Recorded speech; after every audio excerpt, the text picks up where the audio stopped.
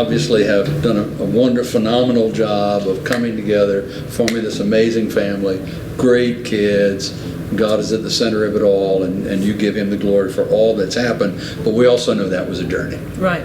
So can you talk to me a little bit about the journey that you guys went on to get to where you are 22 years in? My mom always told me that white people felt this way, about black people or about us. Well, what do you think about that? Did you ever think this or that? I know one story we have for sure. We talked about like the Cosby Show and Whitney Houston, and he was saying that when he was growing up, he loved the Cosby Show. He thought Felicia Rashad was so beautiful, and he loved Whitney Houston. He thought she was so hot, but he would never say that in front of his friends because you just wouldn't dare say that out loud. Oh, why wouldn't you?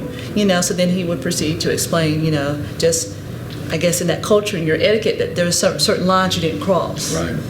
I remember when I was in middle school, I had a friend, Kathy Smith was her name, and I guess she was turning 13, and I got the birthday invitation, like, oh boy, I got invited to a birthday party with the cool kids. And I told my mom, she says, oh no, you can't go over to her house. And I was like, well, why come I can't? Well, she's white. Well, she lives over there in this area, and I don't know what they will do if you go over there, and they might mistreat you. And I'm like, we go to school every day. Like, how could you say that? But in her mind, all she could associate were her experiences, I'm assuming, or her preconceived notions. And so I didn't go, and I never questioned my mom about that because she just didn't do that. Right. But in hindsight, I was like, well, what was so wrong with that? Why couldn't I go? But it was just an unspoken known that, we live here, they live there, we're good, they're good, and you just don't cross. Right. Not that they're bad and we're better, but it was like they have their way of doing things, we have our way, and we don't intermingle.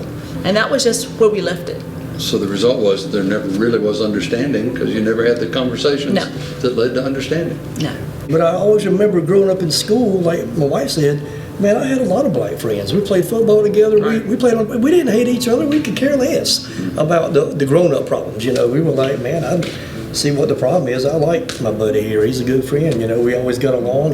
But when we left school and we went home, That was it. I went to my house in my neighborhood, and he went to his house in his neighborhood, and that's just the way it was. My uncle and my mom, how she basically had judged David based on his color, thinking, well, he's not going to be any good because he's this, he's that. And at the end of the day, she saw that through Christ, he's a man of honor, he's a man of integrity, he takes care of his family, loves his wife, loves his kids, and so his character outshined his culture, and that's, if people could see things through that lens and just see character. It's not about, embrace your culture, love your culture, but at the end of the day, it's Christ first, and that's the lens through which we need to see stuff. So. Isn't that what Dr. King was talking about? He did. He just said that we can get past externals and see the heart, see the cult, the character. Right.